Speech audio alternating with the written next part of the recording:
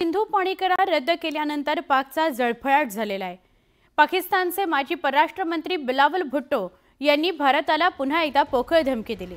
बिलावल भुट्टो यांनी भारताला युद्धाची धमकी दिली आहे। जर सिंधू नदीचे पाणी रोखलं तर मग रक्ताचे पाठ वाहतील अशी धमकी त्यांनी दिली।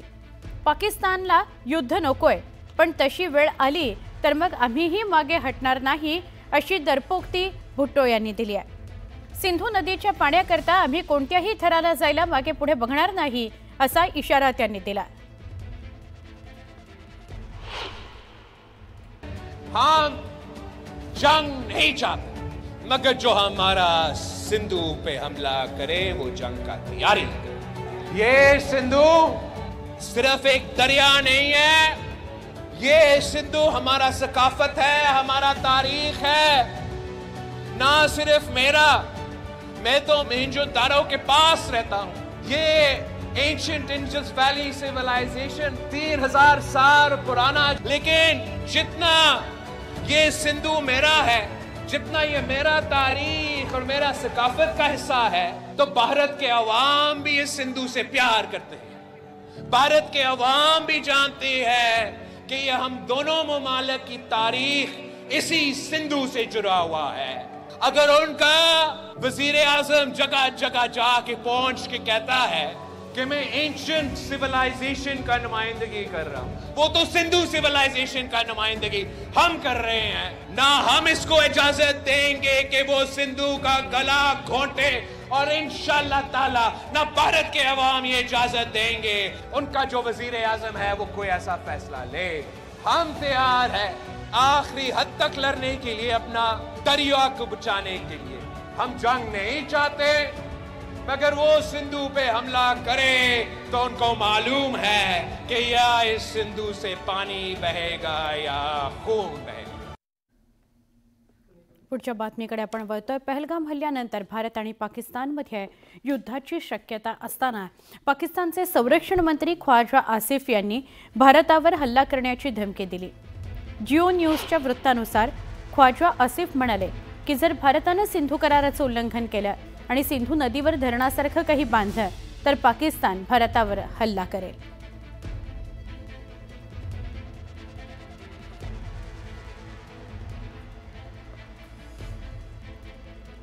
बैसरन खोऱ्यातील दहशतवादी हल्ल्याच्या तपासासंदर्भात NIAची टीम लवकरच सीमावर्ती भागात जाऊ शकते अशी सूत्रांची माहिती आहे।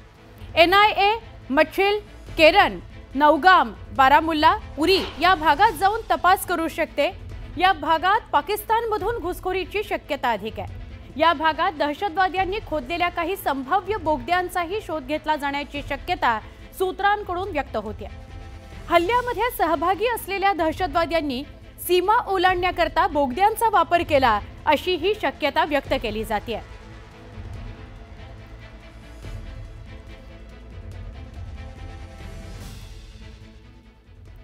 NIA तपास करताय आणि या तपासात पहलगाम दहशतवादी हल्ल्यात पाकिस्तानची गुप्तचर संस्था ISI आणि त्यांच्या सैन्याचा लष्कर ए तैयबाशी संबंध असल्याचं उघड झालेलं आहे। NIAने काश्मीर खोऱ्यातील सुमारे 20 ओव्हरग्राऊंड वर्कर्स ओळखलेत। त्यांच्यावर हल्ला करणाऱ्या दहशतवाद्यांना मदत केल्याचा आरोप आहे। NIA त्या सगळ्यांची चौकशी करताय।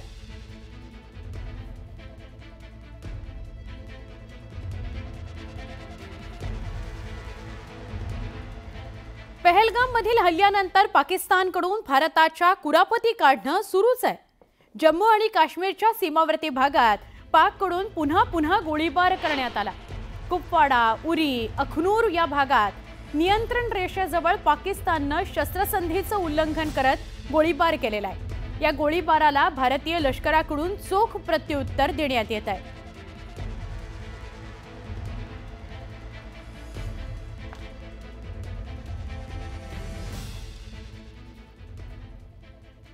पाकिस्तानकडून दहशतवाद्यांना कसं प्रोत्साहन दिलं जातं याचे पुरावेच आता समोर आलेत। न्यूज 18 जवळ एक्सक्लुझिव्ह सॅटेलाइट इमेजमधून लष्कर ए तैयबाच्या प्रशिक्षण तळाचा खुलासा झालाय। ही प्रशिक्षण शिबिरं पाकव्याप्त काश्मीरच्या उत्तर शीशा या परिसरात असल्याचं समोर आलंय। या ट्रेनिंग कॅम्पला जंगल मंगल प्रशिक्षण शिबिर असंही म्हटलं जातं. इथं दहशतवाद्यांना शस्त्रास्त्रांचं प्रशिक्षण दिलं जातं. या ठिकाणी एक मशीद आहे, मोठा ग्राउंड आहे, मीटिंग हॉल आहे असंही कळतंय. पहलगाम हल्ल्याचा इथंच रचण्यात आला अशी खात्रीलायक सूत्रांची माहिती आहे. या कॅम्पमध्ये मशीन गन, पिस्तूल यासह इतर विविध अत्याधुनिक शस्त्र चालवण्याचं प्रशिक्षण अतिरेक्यांना दिलं जातं. इथल्या मशिदीमध्ये दहशतवादी हाफिज सईद अनेकदा येतो. या दहशतवादी प्रशिक्षण शिबिरात ISI आणि पाक सैन्याचे अधिकारी अनेकदा दहशतवाद्यांसोबत बैठका घेत असतात असंही समोर आलेलं आहे.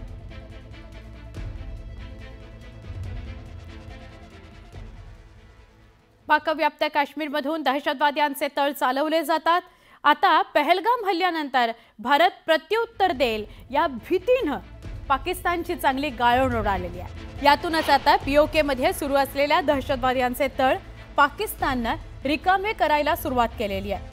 तर काश्मीरमध्ये घुसखोरीच्या प्रतीक्षेत असलेले अनेक लॉन्च पॅड सुद्धा पाकिस्ताननं रिकामे केलेले आहेत. जम्मू विभागात कठुआला लागून असलेल्या शंकरगड, नौशेरा इथं समहनी आणि हिरानगर याला लागून असलेले लॉन्च पॅड रिकामे करण्यात आले.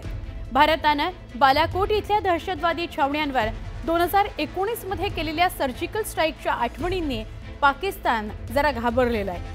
पहलगाम हत्याकांडावरील जगभरातील देशांनी व्यक्त केलेला संताप बघता दहशतवाद्यांना लॉन्च पॅड रिकामं करून पाकिस्तानातील खोलवरच्या तळांवर परतण्याचे निर्देश देण्यात आलेले आहेत.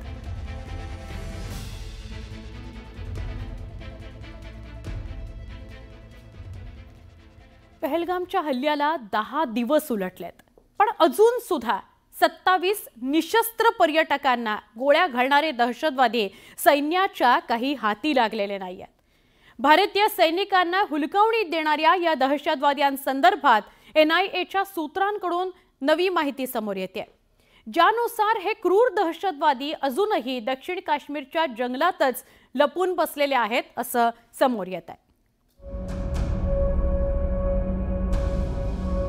पहलगाममध्ये दहशतवाद्यांनी रक्तपात केल्याच्या घटनेला 10 दिवस पूर्ण झाले. ज्या क्रूर पद्धतीनं दहशतवाद्यांनी 27 पर्यटकांना ठार केलं, त्या क्रौर्याविरोधात देशात संतापाची लाट आहे. त्यामुळे आता सरकारनं दहशतवादाला थारा देणाऱ्या पाकिस्तान विरोधात कठोर कारवाईच्या हालचाली सुरू केल्यात. दुसरीकडे ज्या क्रूर कर्म्यांनी निशस्त्र पर्यटकांवरती गोळ्या झाडल्या, त्या दहशतवाद्यांचा शोध घेण्यासाठी भारतीय सैनिक आणि स्थानिक पोलीस काश्मीरचा कानाकोपरा शोधतात. पण कसून शोध घेऊन सुद्धा अद्याप या दहशतवाद्यांचा शोध लागत नाहीये. दहशतवाद्यांच्या लपंडावामागे त्यांची तयारी असल्याचं बोललं जातंय. दहशतवादी अजूनही दक्षिण काश्मीरातच लपल्याची माहिती सूत्रांकडून मिळाली आहे. या दहशतवाद्यांकडे मुबलक अन्नसाठा असल्याचं कळतंय. अन्नाबरोबरच दहशतवाद्यांकडे इतर आवश्यक वस्तू सुद्धा असू शकतात. त्यामुळे ते एखाद्या जंगलात लपून बसल्याचं बोललं जातंय. जंगलामधली गर्द झाडी आणि गुहांमध्ये हे दहशतवादी लपल्याची दाट शक्यता आहे. त्यांच्याकडे असलेल्या सॅटेलाइट फोनद्वारे ते लष्कर-ए-तोयबाच्या संपर्कात असल्याची सुद्धा चर्चा रंगते. गेल्या 10 दिवसांपासून हल्लेखोर दहशतवादी जंगलात लपंडाव खेळतात. दहशतवाद्यांकडे असलेल्या अन्नधान्य आणि इतर साहित्यांमुळे ते पुढचे काही दिवस तग धरू शकतात. त्यामुळे सरकारनं वेळीच या दहशतवाद्यांचा शोध घेण्याची मागणी जोर धरते. सरकार ने तो कहा था कि जब नोटबंदी हो जाएगी और आर्टिकल 370 खत्म हो जाएगा तो फिर आतंकवाद का खत्म हो जाएगा. किधर खत्म हुआ? यानी वहाँ पर लोग आए, लोगों ने धन पूछा, गोली मारी और चले गए, कोई पकड़ा नहीं गया. इतने आराम से वो लोग आए. मैं समझता हूँ सरकार को इसके ऊपर बहुत चिंता व्यक्त करना चाहिए और सरकार को तुरंत इसके ऊपर एक्शन लेना चाहिए, चाहे जो भी करना हो. पूरे अपोजिशन के लोग सरकार के इसमें साथ हैं. बैसरनमध्ये हल्ला करण्याच्या आधीपासूनच हे दहशतवादी तिथे वास्तव्याला असल्याचं कळतंय. त्यामुळे परिसराचा अभ्यास असणारे हे दहशतवादी 10 दिवस उलटून सुद्धा सैन्याच्या हाती लागलेले नाहीत. पण बकरे की अम्मा कब तक खैर मनाएगी या म्हणीप्रमाणे दहशतवाद्यांनाही जास्त काळ लपून राहता येणार नाही हे मात्र निश्चित. Bureau report, news 18 Lokmat.